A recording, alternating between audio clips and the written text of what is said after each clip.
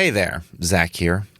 Just a heads up, in this episode, we're going to be talking about psychosis, schizophrenia, hallucinations, and how we've encountered them in the media, in our religious traditions, and in our own lives.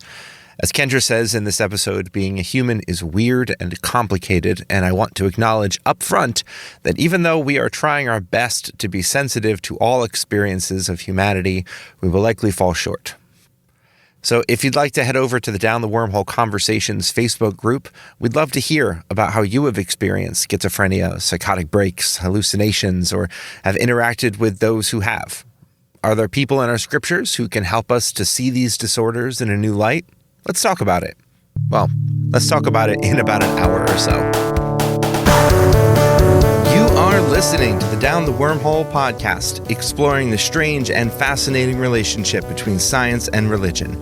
This week, our hosts are Zach Jackson, UCC pastor in Reading, Pennsylvania, and if my life were a movie, I would hire Paul Rudd to play me. Ian Benz, associate professor of elementary science education at UNC Charlotte, and if anyone could play me, I'd probably pick Ed Helms. Rachel Jackson, rabbi at Agudas Israel Congregation, Hendersonville, North Carolina. And if I have someone play me in a movie, I'm going to ask Sir Patrick Stewart, because he's just the best. Kendra Holtmore, assistant professor of religion at Bethany College in Lindsborg, Kansas. And if I had to get someone to play me in a movie, it would be Katherine Hahn. I'm trying to remember who that is. She plays Jen Barkley in Parks and Rec. She, most recently, what I saw her in, she's the witch Agatha. WandaVision. Oh, yeah. WandaVision. Agatha. Yeah, she is. It was Agatha the whole time. Agatha all along. Spoiler Also, alert. a young Laura Dern, I think, would be great as Kendra. Oh, yeah. People have said that to me, too. I can see that. Young Laura Dern, or like Laura Dern's daughter or something. I don't know. Adam Pryor. I work at Bethany College in Lindsborg, Kansas. If someone were to play me in a movie, I think it would be Statler of Statler and Waldorf. You're having a Muppet play you? You bet I am. That's perfect. It actually worked. I'm ashamed that sorry. I don't really know who the Muppets, like specific Muppets are. I know who the Muppets are, but I don't know who Statler is one I of the couldn't two name old the Muppets. who heckles. Besides, like, Miss Piggy. Yeah, no, he's one of the Okay, two yeah, old that guys tracks. who heckles. Statler and Waldorf. Yeah. Usually Yeah, in I could theater. see that. I could definitely see that. Yeah, that's totally you, Adam. Yeah, so today we're continuing in our series on mental health, and we are talking about psychosis today. Woohoo! Yay. Lighthearted, not heavy at all. So we're talking about psychosis, but we're actually talking like more specifically about schizophrenia, and so psychosis. Like more generally speaking, is there are a lot of different ways for someone to experience a psychotic break, have an episode of psychosis, and that can look a lot of different ways. But it like the primary characteristic of psychosis is like a major break from reality, and so it is understandably very disturbing and very destabilizing of the individual who experiences psychosis. And psychosis, different disorders of psychosis are often like not very well understood, and so that makes them both kind of like frustrating and also intriguing to clinicians and like to the popular imagination. There's just like something about, psychotic disorders that are, the way that they get represented in film and in TV.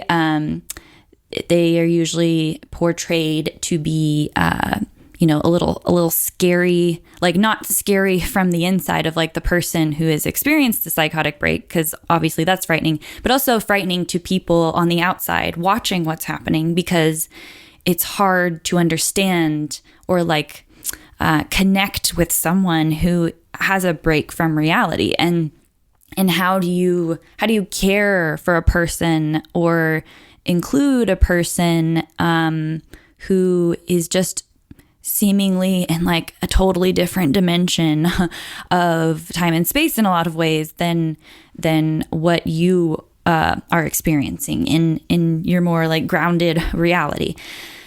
So that's generally like what psychosis is. But to talk more specifically about schizophrenia, schizophrenia is, again, like we understand more about it, like we're learning more and more, but there's still a lot that we don't know. For example, we don't really understand like what causes schizophrenia. We can make some observations about schizophrenia, such as like if you have someone in your family with schizophrenia, like if you have a parent who has schizophrenia, you have higher risk for developing it, but that's not necessarily indicative of it. Like it's not a fact that you will have schizophrenia at some point in time. And we know, we've observed that schizophrenia tends to happen roughly equally between women and men. We know that like kind of stereotypes of schizophrenics are that they're dangerous and violent. But we have observed that that's actually not true. Sure, like anyone can be violent or aggressive, but that is not that's not a general or fair characteristic of schizophrenic people. And schizophrenia, there's also different types. So like, I guess I should, maybe say like what exactly this is. Cause we have, again, I think people probably have associations of what it is, from like media representations, but, it's a brain disorder. Again, not entirely sure like what's going on in the brain, but a brain disorder that, can create a lot of really disturbing symptoms. Such as hallucinations, which can be visual hallucinations or auditory, like sound hallucinations. It can make people delusional.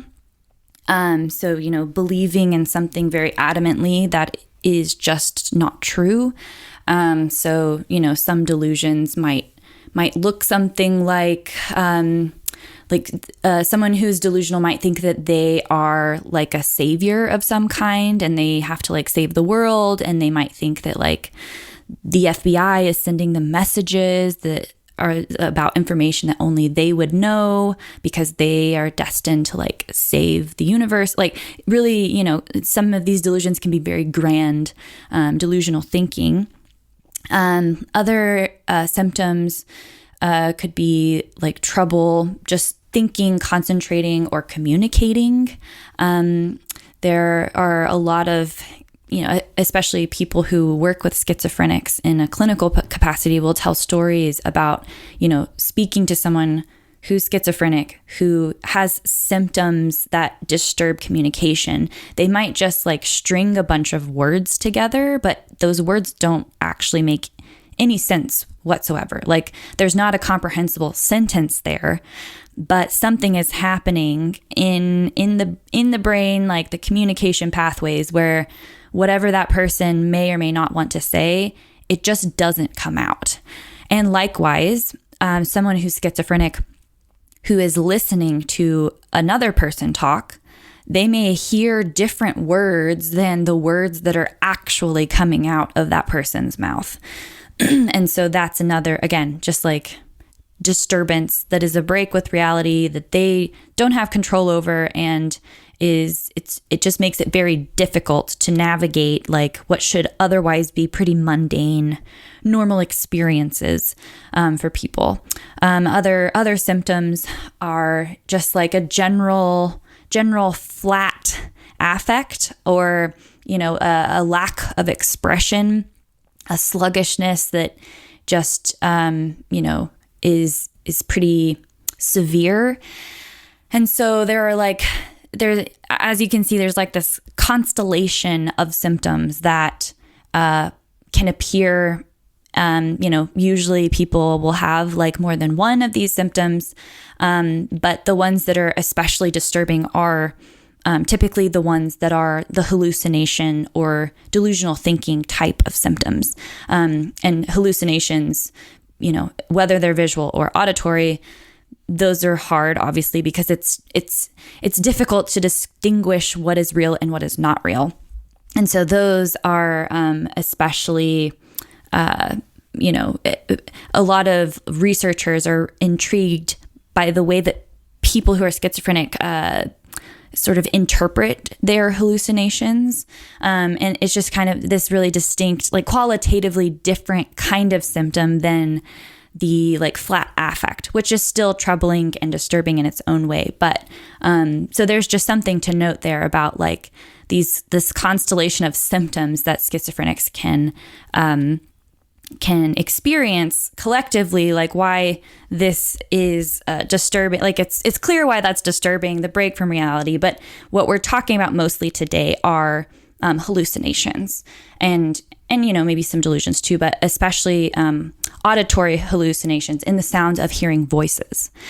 And so to say something just about like hearing voices, that can happen in a couple of ways. So, for example, you may hear a voice, maybe one person is saying something, but in like your schizophrenic mindset, you may hear that voice sounds like it's coming from multiple people. Like there's kind of a legion of something talking at you, but maybe you're having a conversation with one person. I mentioned already that, another example is hearing words that are not actually coming out of the person's mouth and they're saying something totally different. Another way of hearing voices is just noises in the environment that kind of morph into what sound like voices. And so that can lead to a lot of experiences of whispering and, kind of chatter in the distance that can't quite make out what the voices are, but it sounds like voices. And so there's, an example of like a car sort of whooshing by down the street, and the sound of the car whooshing by, that kind of like car whoosh transforms into what sounds like a voice. So voices, whatever stimuli in the environment or like in that person's head that's creating the voice, it may or may not be clear. Like there are ways that schizophrenic people learn to manage those symptoms. And, I think my understanding is that some people can identify like certain things as being real or not real, but sometimes it's hard, especially I would imagine if you are like just discovering that you are schizophrenic. There's no complete cure for schizophrenia. You can manage symptoms with antipsychotic medication, but it's disturbing. So this is this kind of brain disorder is, again, there's something that's just, it's so severe in its transformation of a person's everyday experience that a lot of researchers and people have this interest in the intersection between something like schizophrenia and a person's like experiences of religion and spirituality. And that's not always relevant for like particular people, but it is something that comes up. And there are a lot of, social scientists, especially like psychologists, anthropologists, and, other clinicians who are like asking these kinds of questions about like what this intersection could be. And to say, one more thing also, that like schizophrenia sometimes is mistaken for like multiple personality disorder, which is also known, I think, maybe more accurately now as dissociative identity disorder. So, those are also like their own kind of like disturbing, experience of the world, break from reality, but they're distinct from schizophrenia, what we're talking about. So what is the intersection between something like schizophrenia, psychosis with religious or spiritual experiences? So for one, there's a lot of people who ask this really interesting question about the history of shamanism, and people in various cultures just code like what we would call diseases or disorders.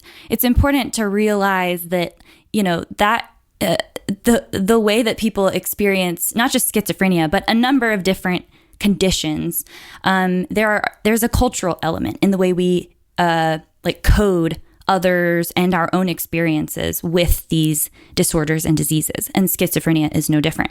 So in Western countries, like in the United States in particular, it is a lot more common for people to experience schizophrenia in themselves as like madness.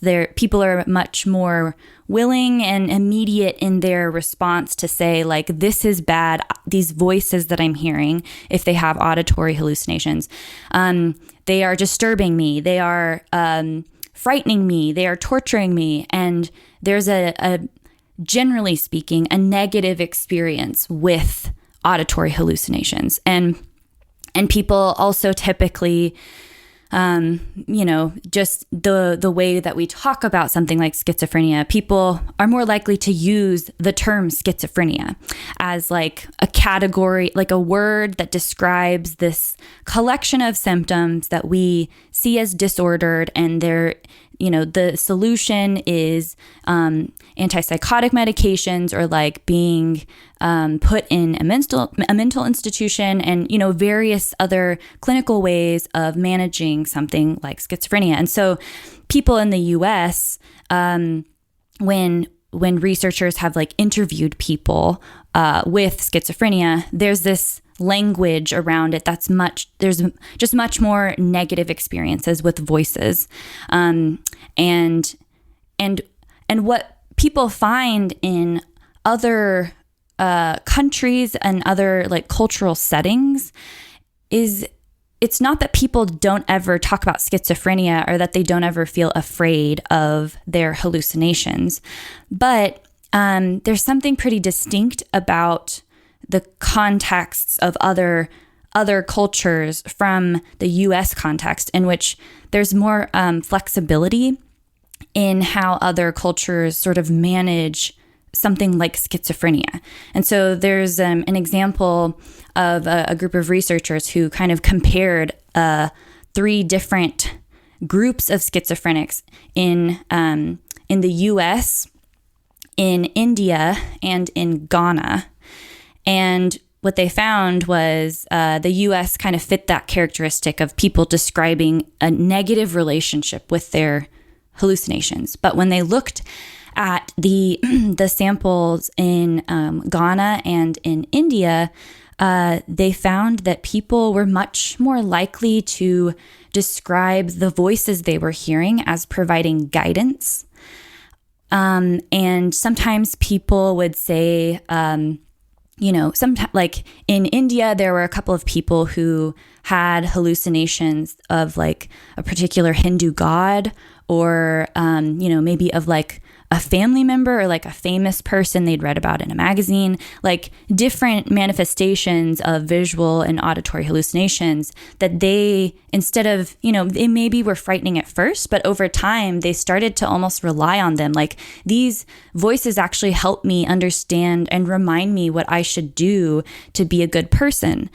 And in other instances, they're like in the India and Ghana samples in particular, people might feel like a kinship with those voices, that maybe there's like family members appearing in those hallucinations that are, again, giving guidance and providing a sense of, I don't know if like comfort is the right word here, but there was less fear and like revulsion at those voices. And there was a place kind of created in the mind of these people. And so, they realized that what they were experiencing was unusual compared to others, but there was still a coding of those experiences as something that was either instructive or supernatural. Definitely a relationship between voices and supernatural deities or demons. That's not uncommon. And that, again, it's not that people in the US like would never code their experiences as supernatural or demonic or from God in some way, but this seemed to be a little more acceptable and common in the samples from India and Ghana. And so this is just an interesting like comparison, and I think is relevant to this broader question that other researchers are looking into of like, is there a connection between shamanism and something like psychotic conditions like schizophrenia, where you learn how to manage voices and symptoms that you're experiencing that are different from everyone else. And instead of being in a mental institution, you are now sort of elevated into this particular role in a society where you can still interact and function in a community by sharing what you have that no one else has. And it's a way, it's a way of thinking about something like schizophrenia that kind of normalizes it, or like maybe not normalizes it, but it provides a place so that a person doesn't need to necessarily be like isolated or feel like they are like totally insane.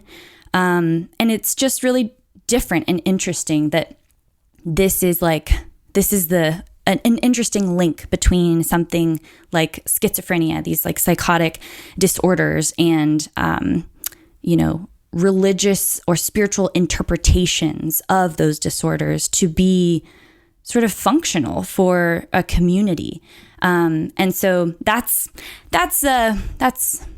what I, just want to introduce here. So like, how does that land for any of y'all? And what other thoughts do you have? Like, what do you have any experience? Do you know anyone with schizophrenia? Like, what do you think?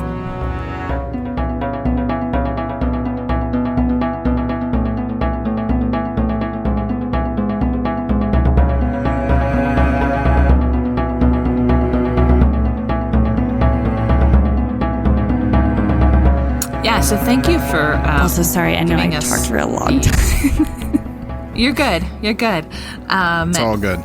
Thank you for giving us this perspective, and I really like the interdisciplinary overview. I obviously am in the culture of America, so those that I know that have schizophrenia have definitely experienced it in that aggressive and fear-based place.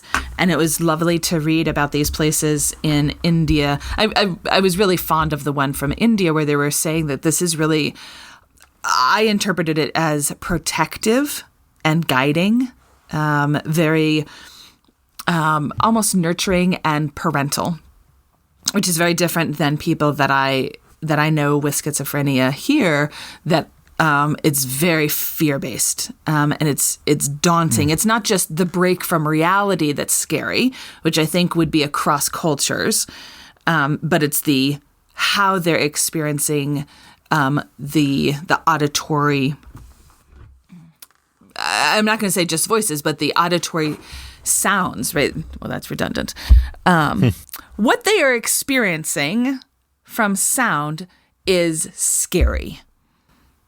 And our society tends to shun that, to shun the differences. Our society tends to think that if you have this break, you're broken.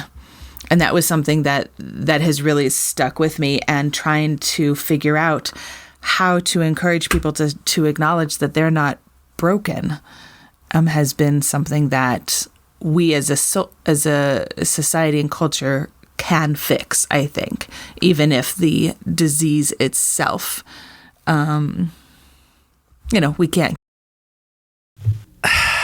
So my first experience with this, with schizophrenia at all, came from the movie Beautiful Mind, about the mathematician John Nash, played by Russell Crowe, who has a roommate that he lives with that assumes that everyone knows this roommate for years, until he discovers that this is not a real person and he's in his mind, and there's this whole world, and then they discovers he's got all these conspiracy theories, and it becomes this sort of thriller, and that is how I imagined schizophrenia to be.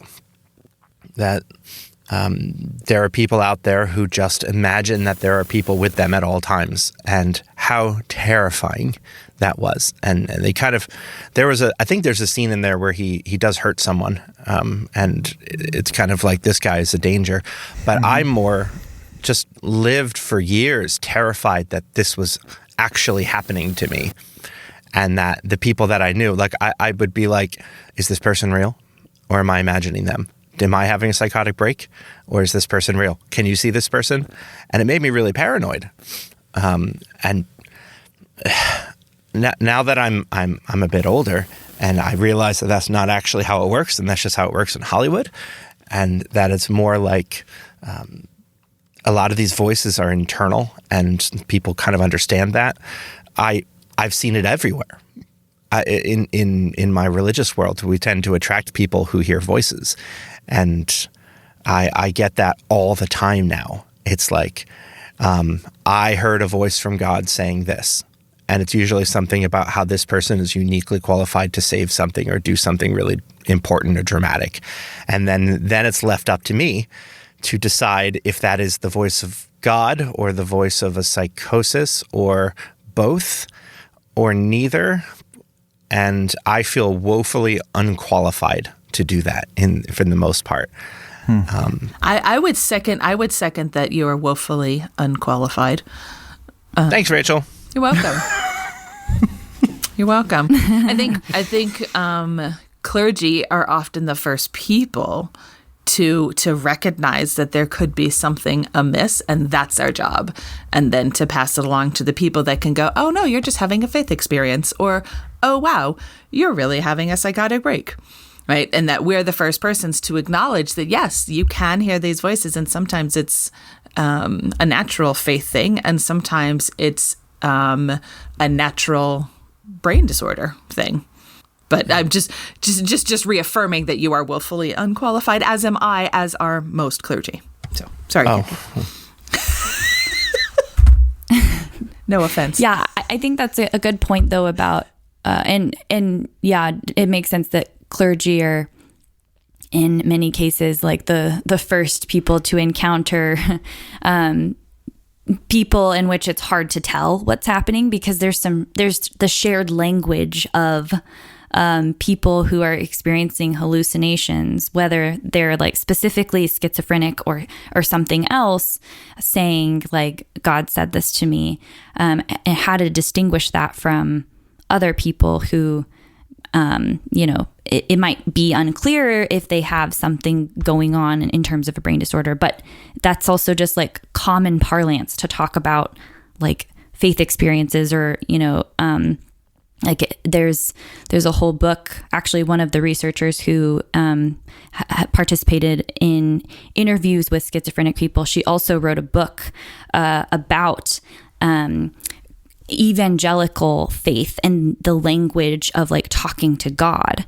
And so that, just like the recognition that there's shared language there. Mm-hmm. And typically I think it's straightforward to tell when, like what the difference is, but not always. And I think that Rachel and Zach are, right, that it's clergy who have to kind of make that first call sometimes. Well, so here's an example.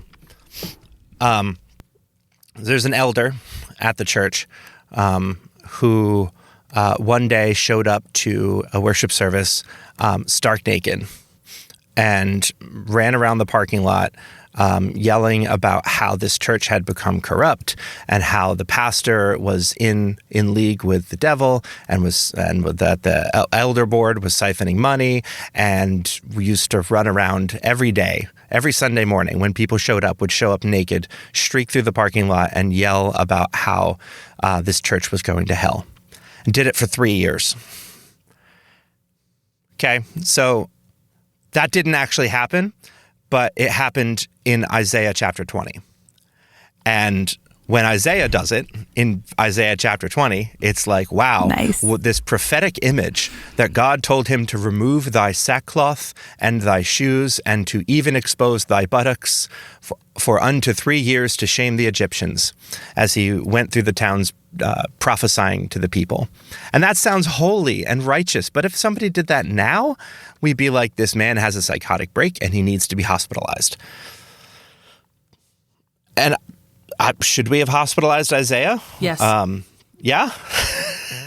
Yes. No, I'm being totally serious. I mean, I think that the hospitalization of people that have mental disorders or challenges, we need to fix that system. But the concept that Isaiah probably had some sort of mental illness, absolutely. I think the Hebrew Bible, at least, I can't really speak to the Christian Bible as thoroughly, really examples all the human conditions, and Isaiah is one of those that examples schizophrenia. Right, just like when we talked about depression, and we can see it in anxiety. Like, I believe that the Hebrew Bible absolutely gives us reference to most of the brain diseases that we are uncomfortable with to this day.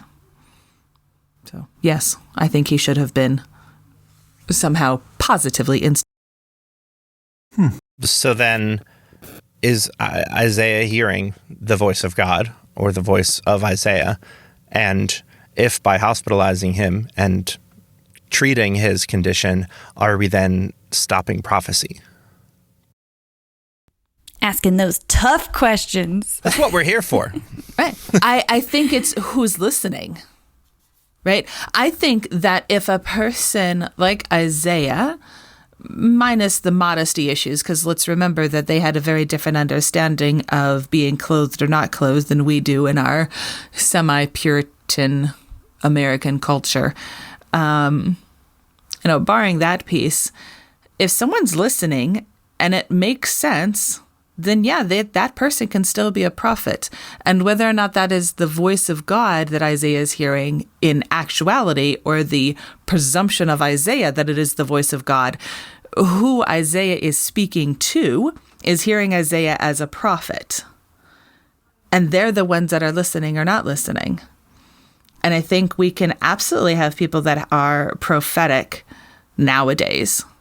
And it's really the difference of, where is it God or is it an understanding of God? And does that even matter? So, yeah, I think yes. It's that we have gone deaf to people that are trying to show us things about our society that we don't want to hear. I was going to echo something similar that you said, Rachel, was like the question of, is it God or is it an internal voice?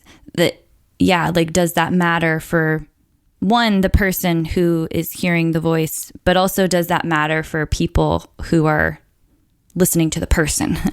And for some people that will matter, and for some people that won't. And so I think whether, like, the authority of the origin of the voice may affect the, like, interpretation of the importance of what is being said. And that it just kind of depends what's happening, I think, as to whether it's, whether, one, it depends on the context and the content of what is being said as to whether I, for example, would think that person needs to be institutionalized, or if I would maybe be likely to call them something like a prophet or a guide in like a cultural moment. I think it's just like the kinds of voices people hear or claim to hear are so varied. Like there are absolutely some voices that I do not want to listen to and that I do not want you to have to listen to, Yeah. So it's like, are you telling me to like go jump off a bridge, or are you telling me that like society is corrupt? Because those are both examples of things that people can hear when they're hearing voices and claiming that it's coming from God or, the devil or whatever. But, it has the interpretation of what to do with that information is contingent upon the community, cultural norms, a bunch of things. And so it makes it very tricky to kind of, I think, generalize about like how to respond to those voices from the outside. And also like recognizing, I watched an interview one time with a person who's schizophrenic, and the interviewer was asking her questions and started asking her questions about like the hallucinations, and she had visual hallucinations. And so the interviewer started to say like, do you see the hallucinations right now? And where are they in the room? And she said, I'm actually not going to answer those questions because I don't like to tell people where the hallucinations are in the room, because when real people start interacting with my hallucinations, it makes it difficult for me to tell what is real and not real. Found.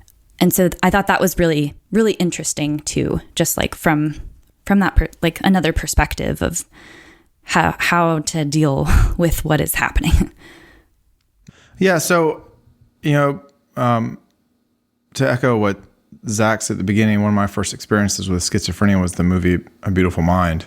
And I loved that movie. And Kendra, as you were talking, I had looked it up and, I did not realize that when the movie came out that it was actually celebrated by some in the mental health community, that it had a somewhat accurate portrayal of schizophrenia. Not that they didn't take liberties, but that it actually did somewhat of a decent job. But I also remember when that movie came out, it was a time when I was struggling with medication for my depression.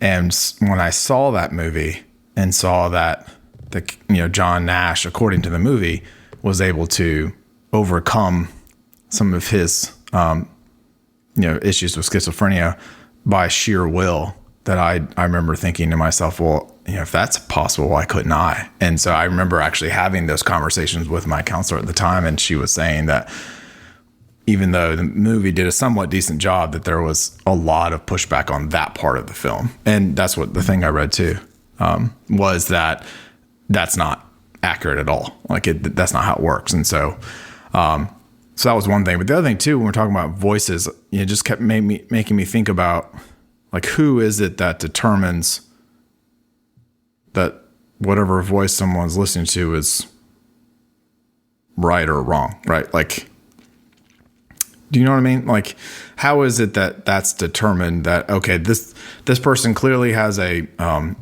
mental health disease, they need to be hospitalized versus not? So, because if, there are a lot of people who say that they speak to God, right? It's whether or not God speaks back. Right. But then also too, if they say that they believe that God is speaking to them, is that an example of schizophrenia or not? So if I may jump in here, one of the, I'm going to give a quick anecdote. There's a person that I knew that was taking a psychological test. And part of the psychological test was on a form, like on an actual piece of paper. This was before computers. So on an actual piece of paper. And this person was smart enough to fool the test and gave all of the answers to indicate that this person had a psychotic schizophrenia. And then the people that were evaluating this test looked at it and went, "While it's true you showed us this, your paper is pristine. There were no erasures. It didn't get torn up. The paper itself was perfectly fine."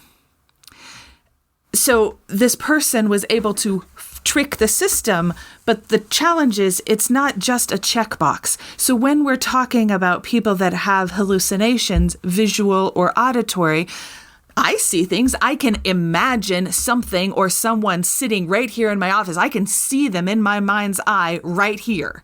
Right? I can visual. Am I hallucinating that? Am I hearing that? One of the things that I think is challenging that we forget is people that have not had this break in reality is in conversation with a person that is either currently going through or has had or is off medication or whatever the situation might be. The flow of conversation is not the way that we understand it. So when I read Isaiah or I read some of these other people that go, there's something amiss here, they're still understandable. People that I have interacted with, which at this point, given that I'm a small town clergy, we're numbering a couple of dozen people that I've interacted with that have this particular diagnosis. You cannot follow their thoughts. It is a thought here, a thought there. It is all over the board, and they think that they are making perfect sense. And that's the break, where there's a major disconnect, not just in the delusions of grandeur. One of the articles that we'll link in today's show notes has this idea of John Hood, I believe his last name was, who's talking about this, and then he thinks that he's a shaman, and he thinks that he's married to 2 African princesses, and he's gonna go live with them, and it's one sentence to another sentence, and the listener has no ability to follow these trains of thought, and we forget that. So A Beautiful Mind doesn't necessarily example that. The other movie, The Soloist, about, I think his name was Nathaniel Ayers, Ayers, that has a little bit better understanding of the challenges from the person who's has this illness about them, what they really go through.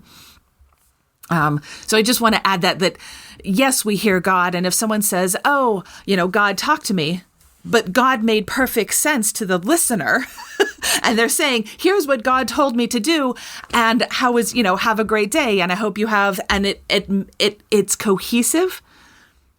I think those are clues. So, and I just want to follow up on what Rachel said. Also, that just real quick, that hallucinations, that having a hallucination is not an automatic indicator that you're schizophrenic. That some of the other conditions in which you might have hallucinations are things like Parkinson's disease, which I didn't realize hallucinations were part of that until recently. Brain tumors, sometimes Alzheimer's, there are different epilepsy stuff happens in the brain. And so there's other we talked in the beginning about the constellation of symptoms. And so that's just something to keep in mind too. But Adam. I was going to say, it seems like that idea of an integrated epistemic frame is really important, right? So if the pieces are integrated into a singular or cohesive worldview, then you have one sort of set of things. It's this moment where they no longer can be held together, but they have to be attended to simultaneously. That's this break that occurs. So I can talk to God, but if it integrates with the way in which that I experience the world, totally good.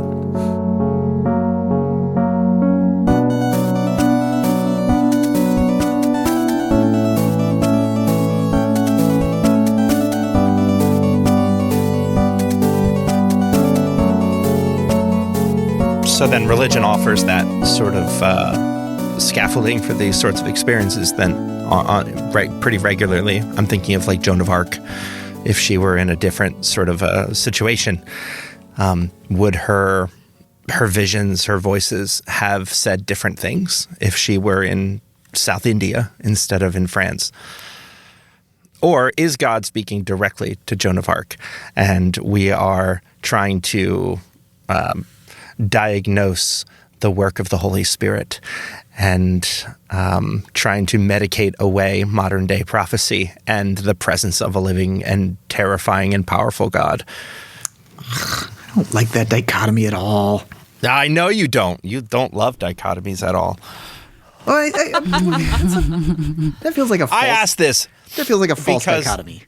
This is the tension that goes on inside of my head, because I was in my developmental years was told that a lot of these antipsychotic medications are there to suppress actual experiences with the supernatural, because there are some people in the world who are more sensitive to the presence of the supernatural, both good and evil. And the antipsychotics then suppress those natural abilities.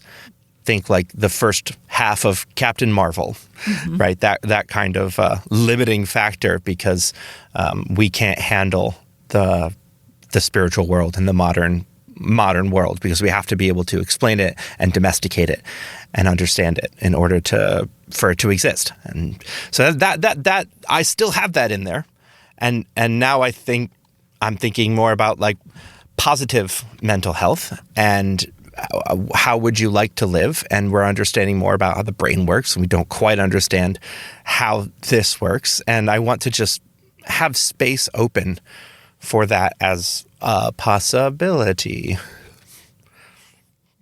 But I don't quite know what to do with it. I don't want that space open. Oh, but Adam, so many of our religious traditions are based on revelation, are based on divine revelations in stories and in histories that have been passed down to us. And if those divine revelations happen today, we would label them as psychotic breaks. I mean, if you just started talking to a bush, don't you think that we would say you're having a psychotic break? No, they'd say I'm walking around campus. But like what I would also fight moment. Point out, right, is it's not actually the scientific side of this that bothers me, right? It's actually the theological side where I want to go, that's bad theology. It is a bad understanding of the supernatural. Okay, hit me with it. So yeah, you got to unravel that one. I would argue that all revelation is contextual insofar as it is a mode of communication. So it is, of course, going to change depending on where and when and how that revelation occurs, because the supernatural isn't something separate from the natural, as if it is an other realm that has its own structure of things from which it originates. It is something layered over the natural, what supernatural actually means, on top of the natural. So it's just a deficient theological understanding as far as I'm concerned. So there's in Also, I think that like Adam's talking about a naturalist interpretation of Revelation, and Zach is talking about a supernaturalist interpretation. But his supernaturalist version is bad. It's a bad understanding of supernatural. Oh, I mean, I'm with Adam here, but just to like describe what the different positions. So there's two different types of revelation that we often talk about: natural revelation and special revelation. Natural revelation being the things that you can deduce on your own from the laws of the universe and your experience of being a human on this planet. Special revelation are those times that God speaks to a person and tells them a specific thing. Right, like go set my people free. Like that's a special revelation. Jesus coming and saying, "Hey, God told me this thing, and I want you to know it." That's special revelation. And I'm talking about the special revelation, not the natural. Yeah, I'm still on board, but special revelation is still contextually located. Absolutely. Period. So it's going to change no matter where it is that it's spoken to. It's only if you treat special revelation as though the supernatural othering world from which it comes is so overwhelming that it completely mutes the expectation of the receptive hearer in such a way that that context no longer matters, that it creates a break with the actual place in which it is received. And I want to go, that's not communication anymore. That's not even revelation anymore, right? Insofar as revealing is supposed to be a form of communicating. So to my mind, like, there's no sort of like articulation from a theological tradition that can defend that notion of special revelation on its own terms. So Paul, on his donkey, horse, I don't remember, is going to go do some good old-fashioned persecuting, and gets a blinding light, falls off his horse or donkey or whatever it was, and sees a vision of Jesus standing before him that says, Saul, Saul, why do you persecute me? That's what Paul told us. Right. But that's his experience Acts is pretty clear that all he saw was a blinding light and there's no God and he's not actually an apostle. So shouldn't we just throw his stuff out? I mean, should we Well, I didn't think we were going there today, Adam. I'm just talking about Paul in Paul's words.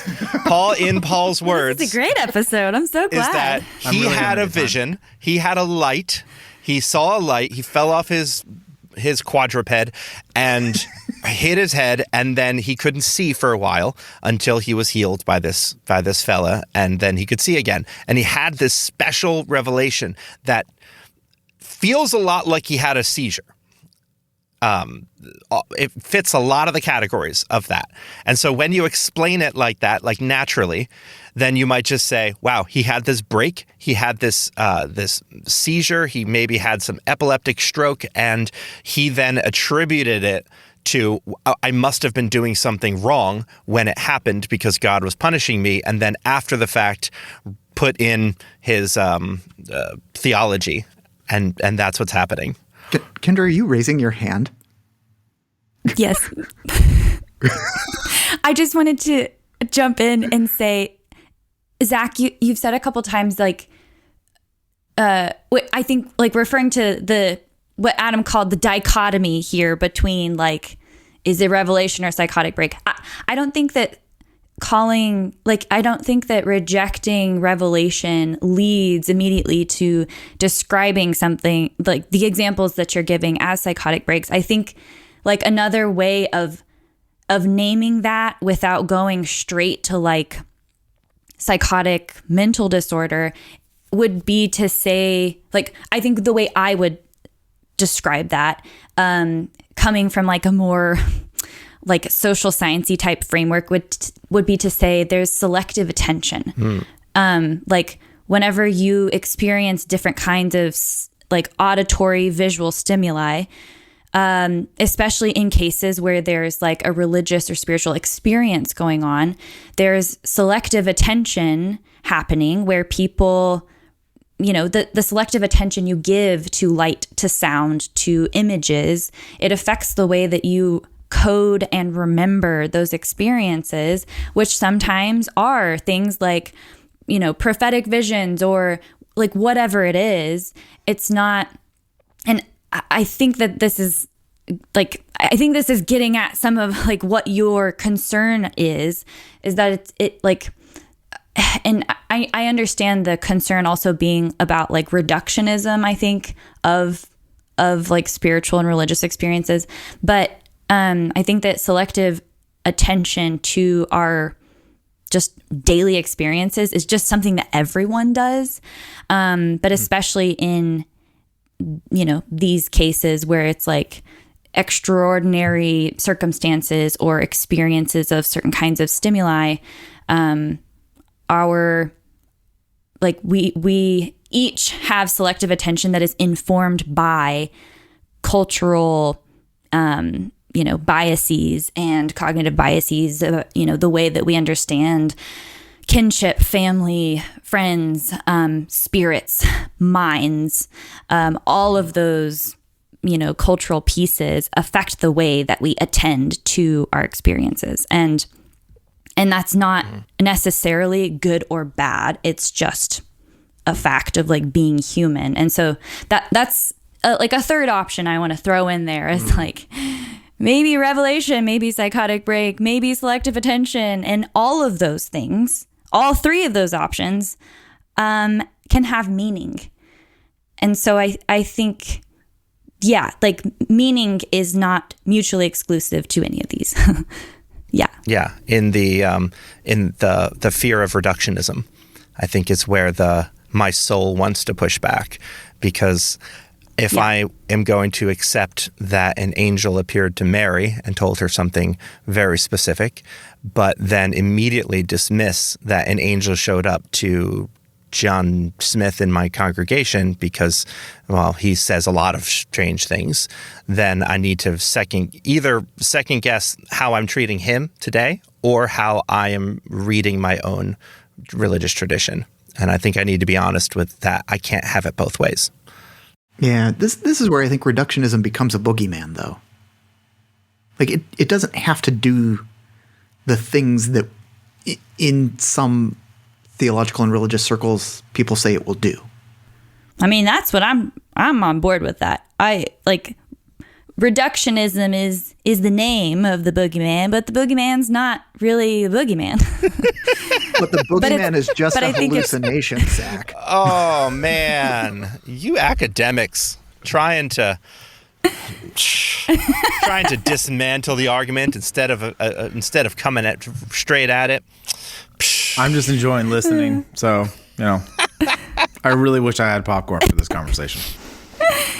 No, but like reductionism, it is, I think, the primary concern that people have when we talk about this like religion and science intersection, and people who aren't coming at these conversations out of an academic context. Like it makes sense to me why that's a concern, but I, like Adam, I don't think that I think that the fear that people have about reductionism, my experience of that was only like an initial fear, and then like over time, a realization for me that like I still yes, I've like changed over time in some significant ways, but I still think there's a lot of meaning in experiences. And just because we like understand the way that the brain works, or, like the way the body works, I don't think that means we can't also have this like layer of experience in human life that is profound and not just meaningful, but also really profound and spiritual, and all the other ways that we talk about those kinds of experiences. It's just also true that but probably like the way that I interpret that situation, that experience, is going to be different than the way someone else interprets it in their own framework. But I'm comfortable with that. And I realize that just inherently will make some people uncomfortable. The difference in our like understanding of, I guess, like the ontological nature of those experiences. So yeah, I don't know. Yeah, I think there's I'm there with you. I'm there with you intellectually. I don't disagree with anything. I'll say that.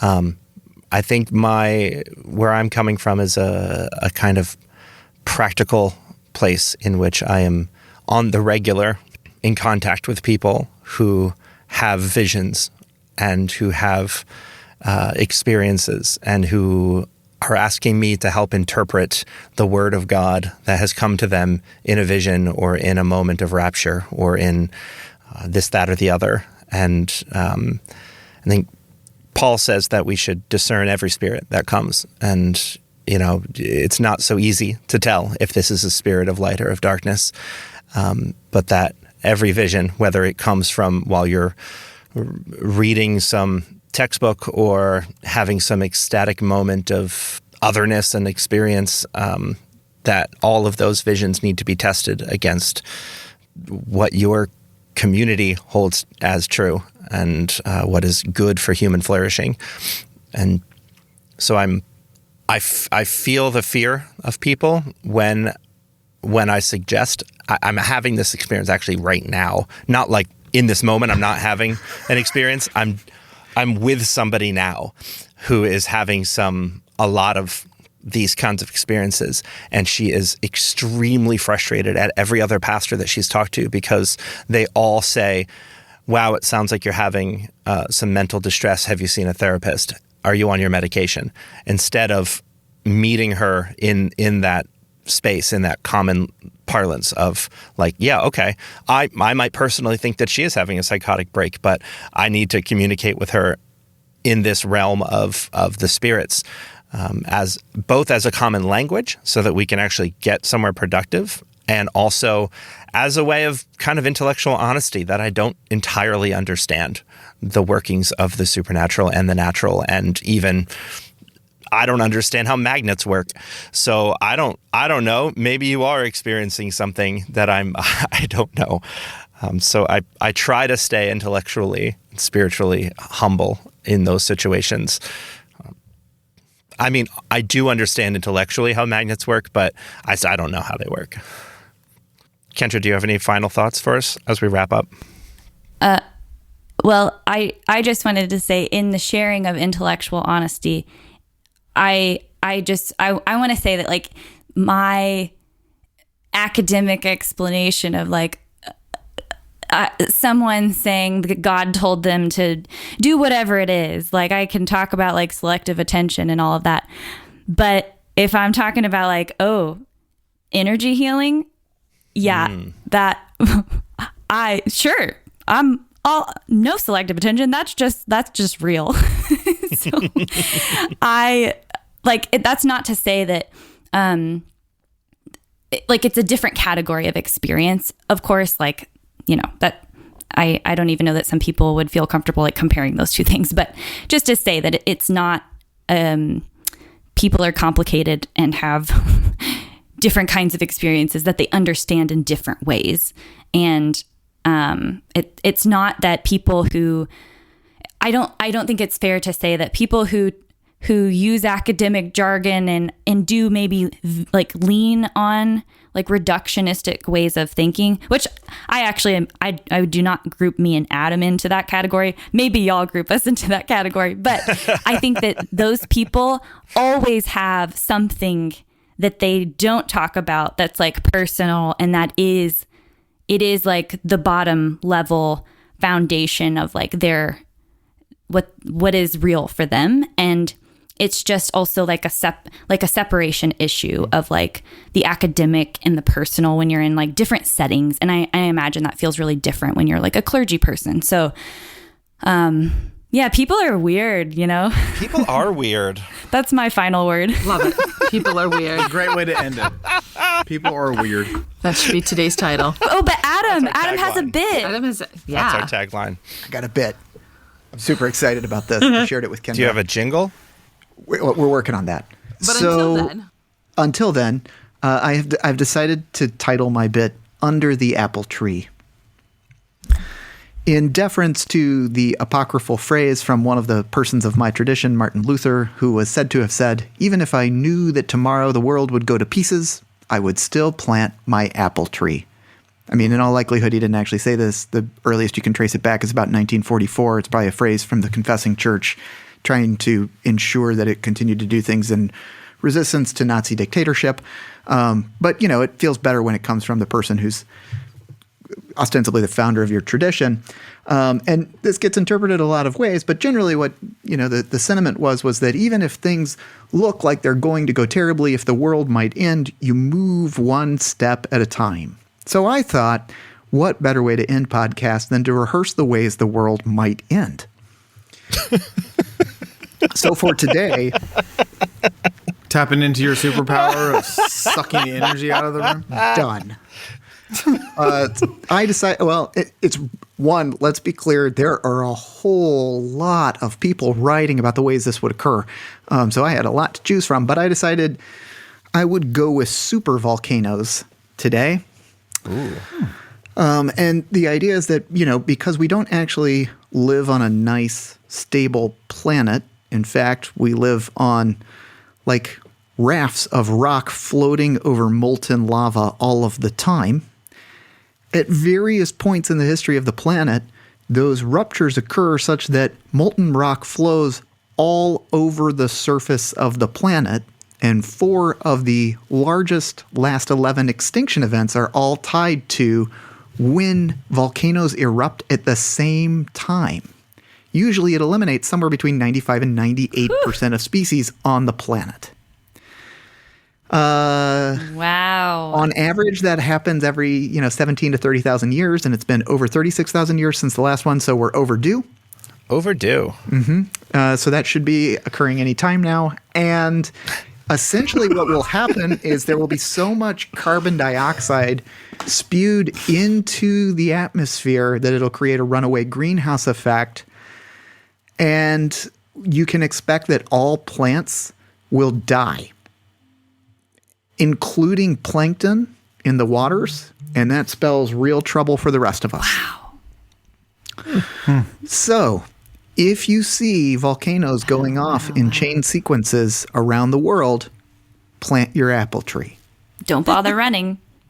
Don't bother planting an apple tree. No, right? that's You the just point. You told plant us. the apple tree anyway. It's going to die. It doesn't matter. You keep doing the thing. Plant the apple tree. Throw the starfish back in the water. That's right. It won't make a difference, hope but for the best. just do it. So just carry on the way you're going about your life. Who cares about recycling? You're welcome. And where are the Thank you super for that. volcanoes? So this is the interesting thing, Like right? Yellowstone? They're actually like chained together, right? You can find these various Of course they are. volcanoes at major junction points between tectonic plates. There are 19 tectonic plates that we sort of move around on. So they shift a little bit, right? But we're familiar with these areas, like the Ring of Fire in the Pacific chains of islands. And if you want like an example of like where this has occurred in history, India, like the entire subcontinent of Asia, is just one large lava flow in terms of how it was produced. So that's the scale and size of which we're talking, all of these volcanoes erupting simultaneously. But yes, Yellowstone is a potential one. Although people don't think that that's actually... Great. There's some debated scientific evidence over whether or not it would be overdue for erupting. So Neat. Yeah. I don't like it when Wow. Adam goes. The earth is weird. People are weird. Everything Everything is it's all weird. weird. Everything's not awesome. And in the end of the All gonna day, die. the horseshoe crab and the nautilus will keep going. I'm just saying, like, I feel like Kendra and I can really lean into the jingle bit here. It's going to be It's good. going to be good. Yay. Stay tuned for that. Yeah.